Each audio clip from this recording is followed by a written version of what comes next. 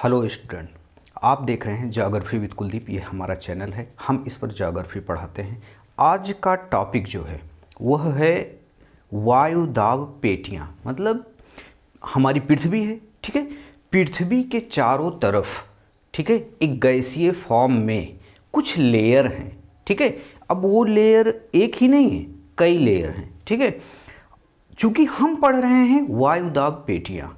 अब वायुदाब पेटी देखिए, जब भी स्टूडेंट्स ये वायुदाब पेटी पढ़ते हैं तो कहीं ना कहीं बहुत सारी ऐसी चीज़ें होती हैं जहाँ पर भ्रम की स्थिति उनके दिमाग में कहीं ना कहीं चोट पहुँचाती रहती है कि आखिरकार इस चीज़ को रट लें या समझ लें या क्या कर लें। बस उन्हीं सब का जवाब देने के लिए आज हम यहाँ पर हाजिर हैं और वायुदाब पेटियों को बहुत ही विधिवत तरीके से हम आज पढ़ाने वाले हैं। देखिए, सबसे ज़्यादा इस चीज़ को या इस टॉपिक को समझ लेना या इस चीज़ को रट लेना यह बहादुरी का काम नहीं है। सबसे पहले हम छोटी छोटी बस बेसिक चीज़ों को समझेंगे, क्योंकि अगर बेसिक चीज़ हमको नहीं पता है तो हम वायुदाब पेटियों को सिर्फ एक रट्टा के रूप में समझ लेंगे और रट्टा ही ले जा कर के वहाँ पर लिख देंगे। लेकिन ट्रेंड ऐसा आ चुका है आईएएस में, पीसीएस में या हर एक एग्ज़ाम में, जो छोटे छोटे एग्ज़ाम में हैं उसमें भी यह ट्रेंड आ चुका है कि वहाँ पर कुछ ऐसे प्रश्न उठाते हैं जो आप रटे हैं उसमें से ना फंस पाए। रहता है सेंस वही, लेकिन आप जो पढ़ते हैं वह उसमें नहीं आता है, आप उसको समझ ही नहीं पाएंगे ये कहना क्या चाहता है। तो हम छोटी छोटी चीज़ों से आज उठाएंगे और वायुदाब पेटियों को ख़त्म कर देंगे। देखिए, बहुत ज़्यादा लंबा नहीं जाएंगे, लेकिन फिर भी उसको इस तरीके से समझाएंगे कि जो भी स्टूडेंट्स हैं जो स्टार्टिंग बेस पे हैं, ठीक है, जो स्टार्टिंग बेस पे हैं उनके लिए ये क्लास बहुत ज़्यादा उपयोगी होने वाली है। देखिए, जो पढ़ रहे हैं, कई सालों से पढ़ रहे हैं, कई सालों से तैयारी कर रहे हैं, जो ज्योग्राफी देखे हैं, सुने हैं, पढ़े हैं अच्छे से, उनके लिए तो हम एक शॉर्ट में लेक्चर बनाएंगे। लेकिन इस क्लास को हम उनको समर्पित करने वाले हैं जो स्टार्टिंग बेस पे उठना चाह रहे हैं, मतलब जो स्टार्टिंग बेस पे अपनी तैयारी स्टार्ट कर रहे हैं। बस इतना करिएगा, चैनल को सब्सक्राइब कर लीजिएगा, लाइक करिएगा और दूसरों में ज़रूर शेयर करिएगा। हम यहाँ पर अब बोर्ड पर समझेंगे कि यह वायुदाब पेटी है क्या, क्रिएट कैसी होती है, सबसे पहले ये जानेंगे। वायुदाब पेटी क्या है ये तो आप बुक में या बहुत सारे ढेर सारे वीडियो हैं यूट्यूब पर, उस पर भी समझ सकते हैं। लेकिन जो छोटी छोटी बातें जो कारण बनती हैं इस टॉपिक के लिए, उनको हम समझेंगे। क्योंकि टॉपिक अगर किन कारणों से बन रहा है ये नहीं समझेंगे तो टॉपिक को क्या हम समझेंगे, बस एक रट्टा मार लेंगे। इसलिए सबसे पहले हम कोशिश यही कर रहे हैं कि यह टॉपिक क्रिएट कैसे हुआ, बना कैसे, इसकी सोच कहाँ से उत्पन्न हुई, बस इस चीज़ को हम समझेंगे। बस बातों को ध्यान से सुनिएगा, हमारे अपने आप सारा फंडा क्लियर हो जाएगा।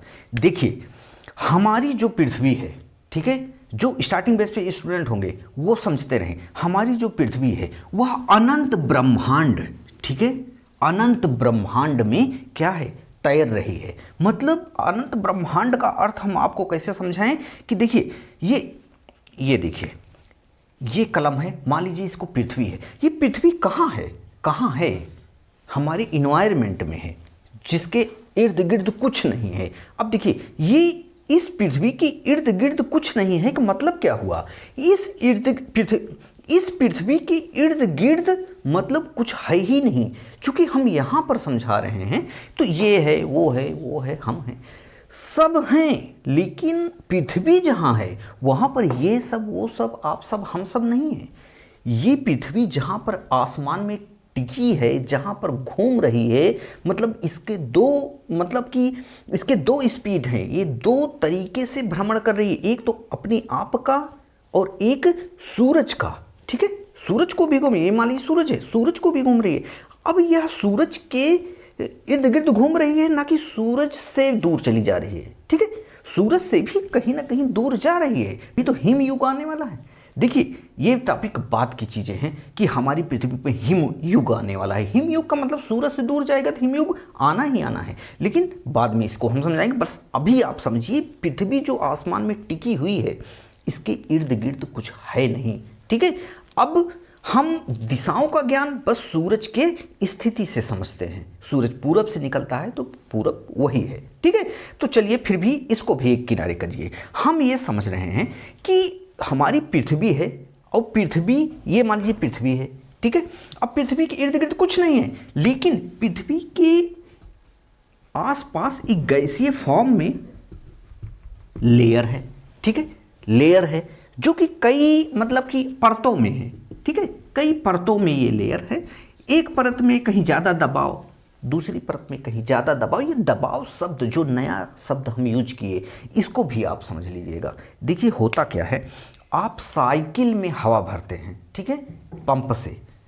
अब वह पंप किस पर काम करता है? दबाव पर ही काम करता है। जब पंप का हाथ मतलब जो हत्था होता है उसको दबाने पर नीचे प्रेशर क्रिएट होता है, और प्रेशर जा कर के कहाँ पर जाता है? साइकिल के ट्यूब में जाता है। तो मतलब प्रेशर दिया गया तो वह दबाव हुआ, मतलब हम जो दाबे वो नहीं, जो वह दाबने के बाद हवा दबी वह है प्रेशर। अब देखिए, अब यहाँ पर कोई पंप से दाब तो नहीं रहा। ये देखिए पृथ्वी की सतह है, ठीक है। ये मान लीजिए पृथ्वी की सतह है, ये आप इसको समझते रहिए, पृथ्वी की सतह है। अब यह प्रेशर मतलब क्या? ये जो हवाएं हैं यहाँ पर ये दाब रही हैं, पृथ्वी को दाब रही हैं, ठीक है, पृथ्वी को दाब रही हैं। इससे क्या हो रहा है कि पृथ्वी पर एक प्रकार का प्रेशर कार्य कर रहा है, ठीक है। ये हवाएं पृथ्वी को दाब रही हैं चारों तरफ से, और यह प्रेशर के रूप में हमारी पृथ्वी पर एक दबाव डाल रहा है, यही जो ऊपर हवाएं हैं, ठीक है। अब इतनी बातें आप समझ गए कि पृथ्वी के इर्द गिर्द जितनी भी हवाएं हैं प्रेशर के रूप में पृथ्वी के सतह पर अपना दबाव डाल रही हैं। अब देखिए दूसरा फंडा क्या है। दूसरा फंडा ये है कि यह दबाव क्या एक समान है चारों तरफ? यह दबाव क्या एक समान है चारों तरफ? तो जी नहीं, एक समान नहीं है। अब एक समान नहीं है तो ऐसा क्यों है, ठीक है, ये भी तो प्रश्न उठता है। ऐसा देखिए, एक टॉपिक को उठाए हैं तो वहां पर जहां जहां कंडीशन बन रही है वो क्यों बन रही है, इस चीज को हम समझा रहे हैं। बस ये प्रेशर जो दबाव डाल रहे हैं, तो आप तो अभी तक यही समझे कि ये जो पृथ्वी के इर्द गिर्द जितनी भी हवाएं हैं प्रेशर दे रही हैं, ठीक है, पृथ्वी की सतह पर प्रेशर दे रही हैं। अब ये प्रेशर जो दे रही हैं ये क्यों दे रही हैं, और कहीं पर ज़्यादा कहीं पर क्यों कम, ठीक है। पृथ्वी के इर्द गिर्द 7 पेटियां हैं जो पृथ्वी पर दबाव अलग अलग ढंग से डाल रही हैं। तो ऐसा क्यों हुआ? एक समान डालती, कहीं पर कम है, कहीं पर ज़्यादा है, कहीं पर मध्यम, कहीं पर मध्यम है। तो कहने का मतलब क्या है, ये जो प्रेशर हुए वो क्रिएट क्यों हुए? सबका कारण ऊर्जा है, ठीक है। कहीं भी कोई भी स्थिति जो मतलब अपने स्थान से इधर से उधर होती है उसमें एक ऊर्जा काम करती है, और वह ऊर्जा आप पढ़े होंगे, ऊर्जा का मेन स्रोत क्या है? सूरज, ठीक है।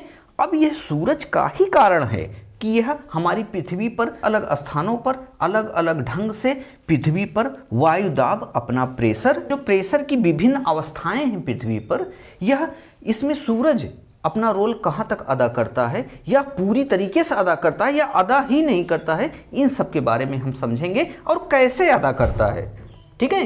यह प्रेशर कैसे बनता है सूरज के द्वारा, इसको हम जानेंगे। जैसा कि आप जानते हैं ये पृथ्वी है। अब पृथ्वी क्या है? सूरज के इर्द गिर्द घूमती है। अब देखिए सूरज की 3 स्थितियां होती हैं।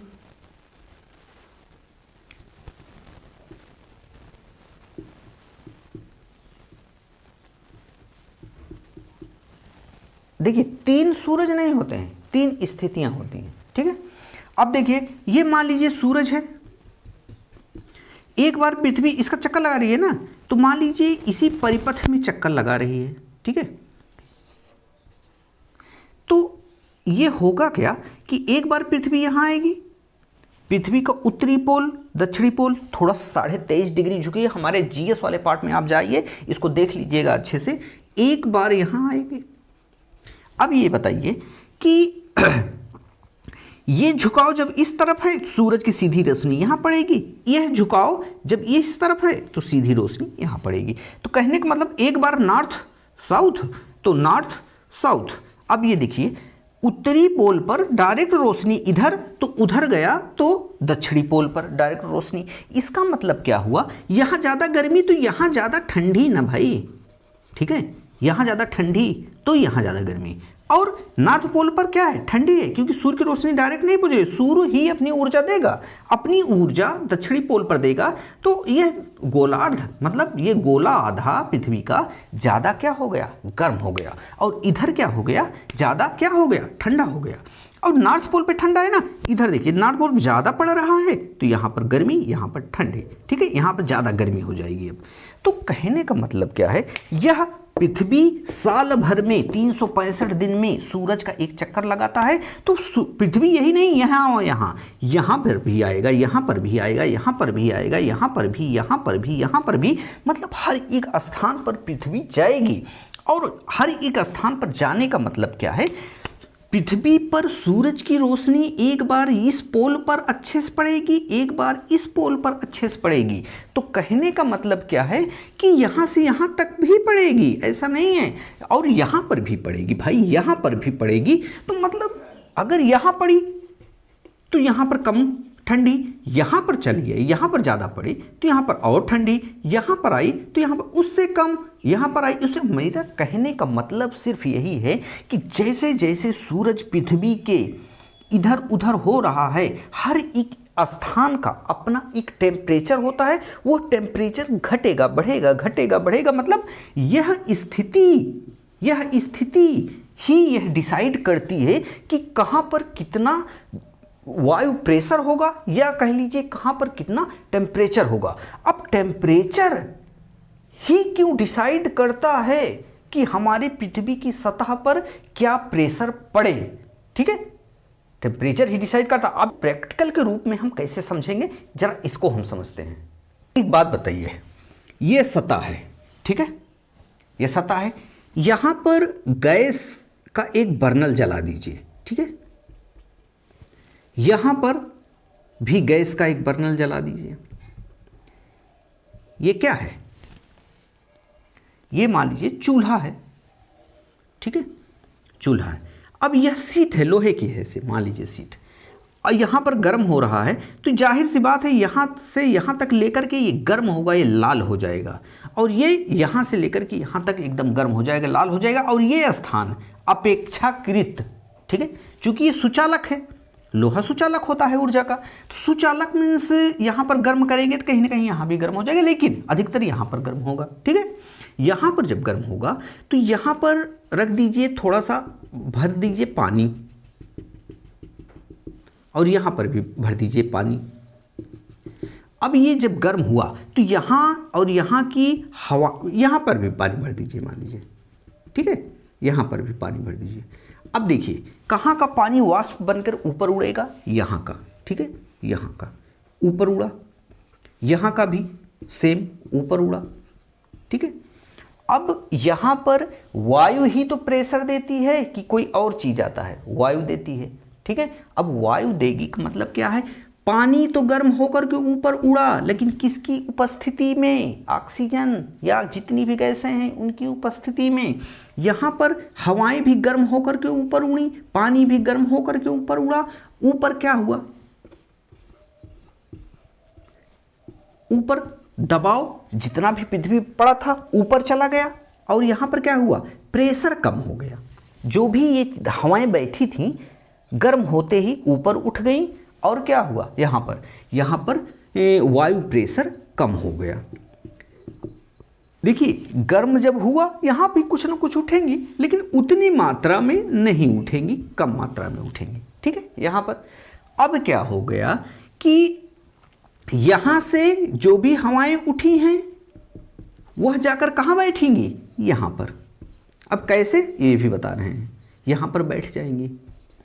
अब यह क्या हो गया, आखिरकार आसमान जो है आपका वह भी तो निश्चित है, क्योंकि पृथ्वी के अभी बताए थे लेयर है चारों तरफ, ये सीमित है। यहाँ की हवाएं जब ऊपर जाएंगी तो श्योर है ऊपर की हवाएं नीचे आएंगी, और कहाँ आएंगी, जहाँ से उठ रही है वहाँ थोड़ी आएंगी, वो आएंगी जहाँ से नहीं उठ रही हैं या कम उठ रही हैं वहाँ आएंगी।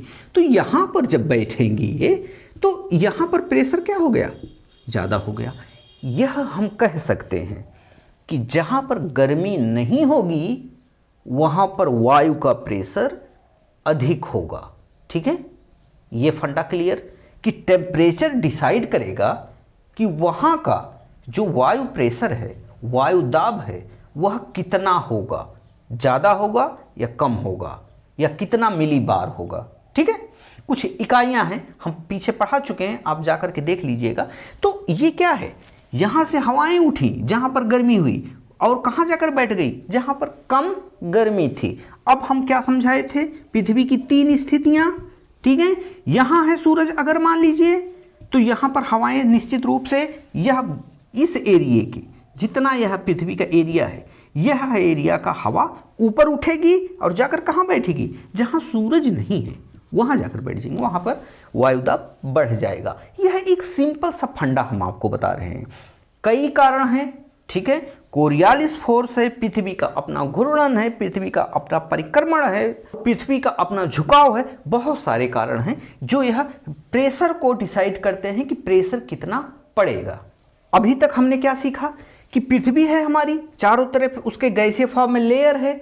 अब वो लेयर ही पृथ्वी की सतह पर प्रेशर देते हैं। वह कारण क्या होता है, सूरज की किरणें, पृथ्वी पर सूरज किरणें पड़ती हैं, जहां ज्यादा पड़ी वहां पर क्या हुआ, प्रेशर कम हो गया। जहां पर अपेक्षाकृत कम पड़ा रोशनी, वहां पर प्रेशर अधिक हो गया। अपेक्षाकृत जहां पर प्रेशर ज्यादा है वहां पर सूरज की किरणें कम पड़ रही हैं, और जहां पर कम है वहां पर सूरज की किरणें पड़ रही हैं। तो मतलब जहां पर सूरज है वहां पर बारिश होगी ही। क्यों, गर्मी है जहां, वहां पर हवाएं और जलवाष्प ऊपर उठे, वहां पर बादल बने, वहां पर बारिश तो होगी ही। आखिरकार ठंडियों में वर्षा नहीं होती है। क्यों नहीं होती है, क्योंकि वहां पर हवाएं ऊपर ही नहीं उठ पा रही हैं, बादल बन ही नहीं पा रहा। हवा मतलब पानी ऊपर उठ नहीं पा रहा है और वहां पर बारिश नहीं हो पा रही है, ऐसा कहें तो समझेंगे आप। ठीक है, जहां पर पानी उठेगा वहीं पर वर्षा होगी। और पानी कैसे उठेगा, अगर आप चाय के नीचे नहीं बर्नल जलाएंगे तो चाय कैसे बनेगी, और वह चाय कैसे कम होती जाएगी। ठीक है, जितना चाय को उबालिए उतना स्वादिष्ट क्यों बनती है, क्योंकि दूध ही दूध रह जाता है तो चाय पक जाती है और वहाँ पर पानी खत्म होता है, जिस वजह से वह टेस्टी बनती है। और टेस्टी क्यों बनती है, पानी कैसे खत्म हो जाता है, जलता है पानी, बिल्कुल नहीं, पानी वाष्प बनकर ऊपर उठता है। आखिरकार कुकर में अगर कुछ बनाते रहें और नीचे बर्नल जला देते हैं तो सीटी आती है। क्यों, क्योंकि वहाँ पर जलवाष्प बाहर, गैस बाहर निकलने की कोशिश करता है। और अगर हम पतीली में रखते हैं चाय तो वो क्या करता है कि वह अपने आप उठ जाता है, उस पर कोई रुकावट, कोई ढक्कन तो है नहीं। ठीक है, तो फिलहाल हम यह समझेंगे कि यह जो सूरज है यही डिसाइड करता है कहाँ पर ज़्यादा गर्मी होगी, कहाँ पर ज़्यादा ठंडी होगी। और ये सूरज नहीं डिसाइड करता, ये हमारी पृथ्वी ही डिसाइड करती है, क्योंकि पृथ्वी हमारी सूरज के चारों तरफ घूम रही है। देखिए जीएस वाले पार्ट में जाइए, वहाँ पर सारी चीज़ें आपको मिलेंगी और यहाँ पर आप इस टॉपिक को अच्छे से समझ सकते हैं। देखिए छोटी सी बात और रह गई, उसको भी समझा दें। आगे यह टॉपिक तो पढ़ेंगे ही, लेकिन पहले बेसिक चीज़ें थोड़ी सी आपको समझा दें, उसको आप अच्छे से समझ लीजिए, तब जाकर के टॉपिक आगे पढ़ाएंगे तो अच्छे से समझ में आएगा। एक बात और रह गई, देखिए ये पूरी पृथ्वी है हमारी। ठीक है, अब यहाँ पर सूरज 3 स्थितियों पर चमकते हैं। ये है हमारी विषुवत रेखा जिसको कहते हैं 0 डिग्री, ये है हमारी कर्क रेखा जिसको कहते हैं 23.5 डिग्री। ठीक है, और दक्षिणी गोलार्ध में भी एक रेखा है, इसको कहते हैं कर्क रेखा, ये भी 23.5 डिग्री। ठीक है, अक्षांश देशांतर बहुत अच्छे से हम पढ़ाए हैं, जाकर के हमारे जीएस वाले पार्ट में देख लीजिए, बहुत ही बेहतरीन तरीके से हम अक्षांश और देशांतर क्या होते हैं हम पढ़ाए हैं, और इनसे देशांतरों से कहाँ से टाइम डिसाइड होता है ये भी हम पढ़ाएं, जो कि आपके एग्जाम में बहुत अच्छे से आता है, आप वहाँ जाकर के उसको देख सकते हैं। अब देखिए यहाँ से यहाँ सूरज गया, फिर रिटर्न भी हुआ, फिर यहाँ से यहाँ सूरज आया, फिर रिटर्न भी हुआ। तो इसका मतलब क्या है, सूरज ऐसे ऐसे चलता रहता है और इससे आगे नहीं जाता है, कर्क रेखा से आगे नहीं जाता है। और यह पोल जो है, ये नॉर्थ पोल, ये साउथ पोल।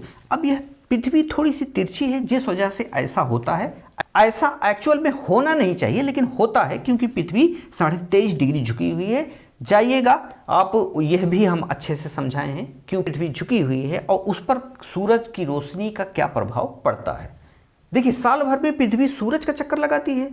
अब देखिए यह जैसे हम समझाए थे कि अगर ये पृथ्वी है, यहाँ भी, यहाँ भी, यहाँ भी, यहाँ भी, यहाँ भी, यहाँ भी, यहाँ भी, तो सूरज के इर्द गिर्द पृथ्वी घूम रही है, तो कहीं ना कहीं हर एक स्थान पर कभी तेज गर्मी, कभी तेज ठंडी रहेगी। ठीक है, तो यहाँ पर क्या है कि यह सूरज अगर यहाँ चमक रहा है तो कर्क रेखा, मतलब जहाँ पर हम हैं, भारत, हमारा भारतवर्ष, यह कर्क रेखा पर स्थित है। अब कर्क रेखा मतलब इस वक्त जो हो रहा है प्रेजेंट टाइम में, यह सूरज की स्थिति यही होने वाली है, जिस वजह से यहाँ पर भारत में गर्मियाँ शुरू हो गई हैं, गर्मी आ गई है, तो यही मानेंगे कि यहाँ पर सूरज की रोशनी ज़्यादा है। और यही कर्क रेखा मतलब यहाँ पर मान लीजिए ऑस्ट्रेलिया है, ठीक है, ऑस्ट्रेलिया है, ऑस्ट्रेलिया में ठंडी होती होगी, ठीक है, प्रेजेंट टाइम में ठंडी हो जाए। बहुत सारे देश हैं, ठीक है, अर्जेंटीना, चिली, बहुत सारे देश हैं ऐसे कि जहाँ पर कि अब ठंडी होती होगी। ठीक है, तो कहने का मतलब मेरा ये है कि सूरज जहाँ रहेगा वहाँ पर तापमान अधिक होगा, ठीक है, और जहाँ सूरज नहीं रहेगा वहाँ तापमान कम रहेगा। तो आप ये समझ सकते हैं कि यह बेल्ट जो है पूरी, ठीक है, गर्मी की स्थिति होगी, यहाँ से हवाएं उठेंगी, अर्थात यहाँ पर प्रेशर अपेक्षाकृत कम होगा। कहाँ देखिए इसके आगे बढ़ता नहीं, जिस वजह से नॉर्वे, स्वीडन जो है हमेशा बर्फ से घिरे रहते हैं। ठीक है, यहाँ पर सूरज इससे आगे नहीं आता है। अब इसके आगे जो भी कंट्रीज होंगी यहाँ पर, वहाँ पर कभी गर्मी का मौसम नहीं आता है। वहाँ पर क्या होता है, हाँ, सूरज अगर यहाँ से यहाँ आ गया तब यहाँ क्या हालत होगी। यहाँ पर जो है प्रेजेंट टाइम में यहाँ तो ठंडी है, लेकिन यहाँ पर होता होगा तो क्या होता होगा, यहाँ पर तो और भयंकर ठंडी होती होगी। कहने का मतलब हम यह लगा लेते हैं जहाँ पर बर्फ गिर गई वहाँ पर ठंडी है, ऐसा मान लेते हैं, क्योंकि हम भारतीय हैं। भारत के लोग अगर इंडिया में रह रहे हैं तो उनको इतनी ठंडी झेलने की आदत नहीं है। उनको थोड़ा सा भी अगर बर्फ कहीं दिख गया तो वो मान लेते हैं ठंडी है। लेकिन यहाँ के लोग ये स्थिति जब कर्क रेखा पर सूरज चमकता है तो ये मानते हैं गर्मी का मौसम आ गया, ठीक है, और यहाँ पर जब होता है यहाँ ठंडी का मौसम। फिलहाल यहाँ पर भी बर्फ जमती है नॉर्वे, स्वीडन में, लेकिन यहाँ पर आने पर सोच लीजिए बर्फ फिर कितनी जमती होगी, कि मतलब यहाँ से यहाँ तक रोशनी आने में, अब यहाँ से यहाँ तक आने में, तो कहने का मतलब यहाँ से यहाँ तक आने में तब भी गलीमत है, लेकिन यहाँ से यहाँ तक आने में गलीमत नहीं है, वहाँ पर बहुत ज़्यादा ठंडी पड़ती होगी। ठीक है, तो कहने का मतलब क्या है, आप इस चीज़ को समझ गए होंगे कि सूरज की स्थितियाँ ही पृथ्वी पर 7 पेटियों के जन्म का कारण है। ठीक है, अब सूरज अगर इक्वल चमकता यहाँ पर ही, क्यों? क्योंकि यह 23.5 डिग्री पृथ्वी झुकी ही ना होती तब ऐसी स्थिति होती, या ये प्रकृति है, हम इसको बहुत कम ही समझ पाए हैं। क्या क्या और हो गया होता कुछ पता ही नहीं। तो यहाँ पर समझिएगा कि यही स्थिति है जो कि 7 पेटियां जन्म ली हैं पृथ्वी की सतह पर अपना दबाव डालने के लिए। ठीक है, अब यहाँ पर हम देखेंगे कि यह विषुवत रेखा 0 डिग्री है, इसके इर्द गिर्द यहाँ पर जाएगी तब भी इतनी दूरी, यहाँ पर आएगी तब भी इतनी दूरी, यहाँ पर है तब भी इतनी दूरी। ठीक है, तो कहने का मतलब क्या है, यह 0 डिग्री डोल ड्रम इसे कहते हैं, चलिए बाद में बताएंगे ये हम, लेकिन हाँ इसको देख लीजिए, यह डोल ड्रम जो इतनी स्थिति है यह हमेशा गर्म ही रहेगा। क्यों? क्योंकि यह सूरज यहाँ से इतनी दूरी, यहाँ से इतनी दूरी, यहाँ से इतनी दूरी, तो इक्वल ही रह जाता है लमसम। ठीक है, यहाँ रहेगा थोड़ा ज़्यादा ही रहेगा, लेकिन हाँ बहुत विशेष फर्क नहीं पड़ता। इसलिए ऐसा कहा जाता है कि विषुवत रेखा पर जितने कंट्रीज हैं, जितने भी देश हैं, वहाँ पर दोपहर के बाद वर्षा होती है। ठीक है, यहाँ पर हरियाली बहुत ज़्यादा, जहाँ पर वर्षा वहीं पर हरियाली। ठीक है, तो कहने का मतलब क्या है, ये विषुवत रेखा है, इसी कारण से इस पर क्या है, हमेशा हवाएं ऊपर की तरफ उठती हैं, और जहाँ पर हवाएं ऊपर की तरफ उठेंगी वहाँ वर्षा होगी, क्योंकि जलवाष्प भी उठेगा, और जहाँ पर वर्षा होगी वहाँ वनस्पतियाँ ज़्यादा पाई जाएंगी, और जहाँ वनस्पतियाँ ज़्यादा पाई जाएंगी वहीं पर वाष्पोत्सर्जन अधिक होगा, जलवाष्प ऊपर उठेगा, वहीं पर वर्षा होगी और वहीं पर गर्मी पड़ेगी। ठीक है, गर्मी ही है जिससे हवाएं ऊपर उठ रही हैं, जलवाष्प ऊपर उठ रहे हैं, तो यह गर्मी का क्षेत्र है। ठीक है, एक पेटी तो अच्छे से आप समझ ही गए होंगे कि यह जो डोल ड्रम वाला क्षेत्र है, विषुवत रेखा वाला जो क्षेत्र है, यहाँ पर अक्सर लोग काले पाए जाते हैं।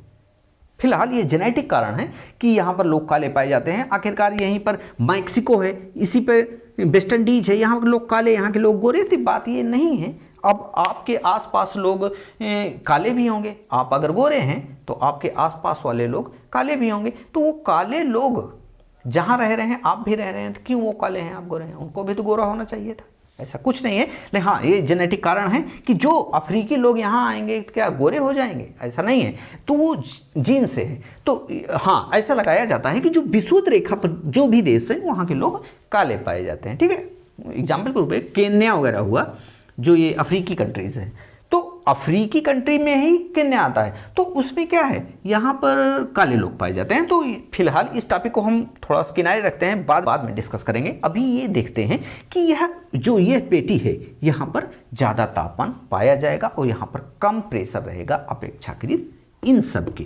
ठीक है, अब यहाँ पर भी कुछ कंडीशन बनेगी। जब ये सूरज यहाँ जाएगा तो यहाँ पर कंडीशन बनेगी, यहाँ पर कंडीशन बनेगी, यहाँ पर कंडीशन बनेगी। लेकिन हाँ, इसको इस तरीके से समझें आप अगर, तब जाकर के पूरी चीज़ें क्लियर। हाँ थोड़ा समय जरूर लगेगा, लेकिन पूरी चीज़ें क्लियर। और जीवन भर में आप कोई भी बुक उठाइए, किसी भी राइटर की बुक उठाइए, तो आपको प्रॉब्लम नहीं होगी।